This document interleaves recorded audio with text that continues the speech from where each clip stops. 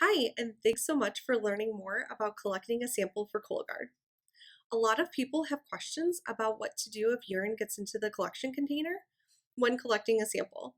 This is completely normal, and I'm happy to help. Some people, especially women, find it helpful to empty their bladder before setting up their collection kit, even moving the collection container further back under the toilet seat.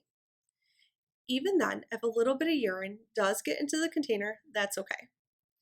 If for whatever reason more than a small amount of urine gets into the container, we recommend you dump out the sample, rinse the empty container using only warm water, and let the container air dry. You can recollect your sample at a later time. If you have any questions, we are available to help 24/7 at the number on your screen or at live chat at cologuard.com. I hope this helps. Keep watching to learn more about collecting your sample for Cologuard. Thank you.